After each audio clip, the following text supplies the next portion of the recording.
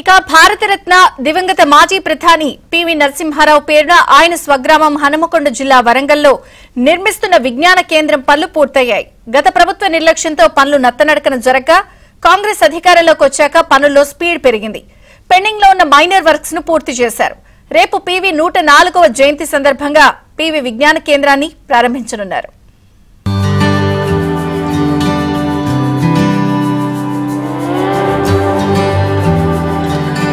దేశాన్ని సంస్కరణల దిశగా నడిపించి అభివృద్ధి బాట పట్టించిన పివి నరసింహారావు వరంగల్ జిల్లా నర్సంపేట మండలం లక్నేపల్లిలో 1921 జూన్ 28న జన్మించారు. హనుమకొండ జిల్లా భీమదేవరపల్లి మండలం వంగరకు చెందిన పాములపర్తి రంగారావు, రుక్మిణమ్మ దంపతులు దత్తత తీసుకోవడంతో ఆయన వరంగల్లోనే పెరిగారు. ఉమ్మడి ఏపీలో మంత్రిగా, సీఎంగా, ప్రధానిగా సేవలు అందించిన పివి 2004 డిసెంబర్ 23న మరణించారు.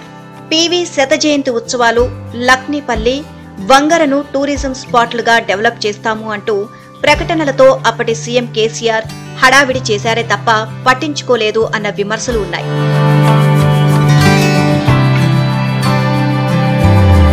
వరంగల్లో పివి విజ్ఞాన కేంద్రం నిర్మించేందుకు టూరిజం అధికారులు కసరత్తు చేశారు. 11 కోట్లతో వివిధ ప్రపోజల్స్ సిద్ధం చేశారు. ఇందులో 4 ఎకరాల స్థలంలో 7 కోట్లతో auditorium, science museum, gallery, seminar hall, meditation centre నిర్మించారు. గతంలోనే మొదలైన ఈ పనులు అప్పటి లీడర్లు పట్టించుకోకపోవడం, నిధులు కూడా విడుదల చేయకపోవడంతో 3 ఏళ్ల పాటు నత్తనడకన కొనసాగాయి.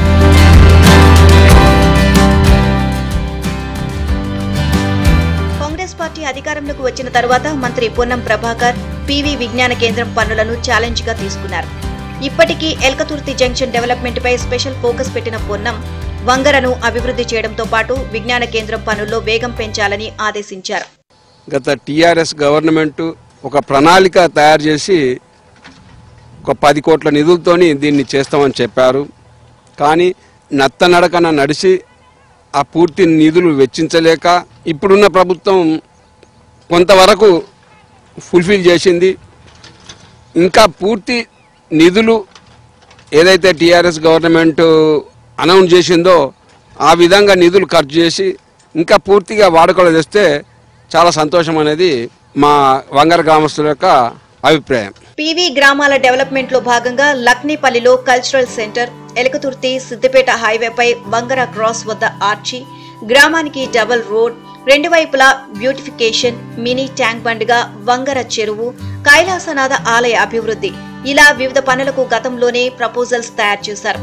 నిధుల కొరతతో ఇన్నాళ్లు కాగితాలకే పరిమితమయ్యాయని, త్వరలోనే వీటిని పూర్తి చేయాలని గ్రామస్తులు కోరుతున్నారు. మరి మా మంత్రి వాళ్ళు పొన్నం ప్రభాకర్ అన్న మరి సహకారంతో దాదాపుగా ఆయన వచ్చిన కానుండి ఏదైతే 18 నెలలు అవుతుందో మరి పొన్నం ప్రభాకర్ మంత్రివర్యులు అయినాక ఆయన చొరవతోనే చాలా తొందరగా మరి శృతివాణాన్ని కూడా మరి తయారు చేయడం జరిగింది.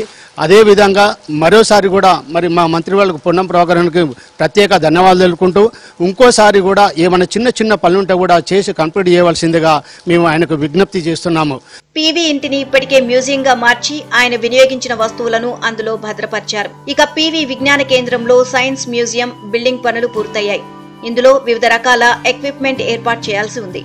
అయితే గ్రామంలో రోడ్లు, ఇతర పనులపైన ప్రభుత్వం దృష్టి సారించాలని స్థానికులు కోరుతున్నారు. ఇప్పుడు ఉన్న ప్రభుత్వం వారు చాలా చురుగ్గా స్మృతివనం పివి గారి పేరు మీద నిర్మిస్తున్న స్మృతివనం ఈ 28వ తారీఖు నాడు ప్రారంభోత్సవానికి సిద్ధంగా ఉంది.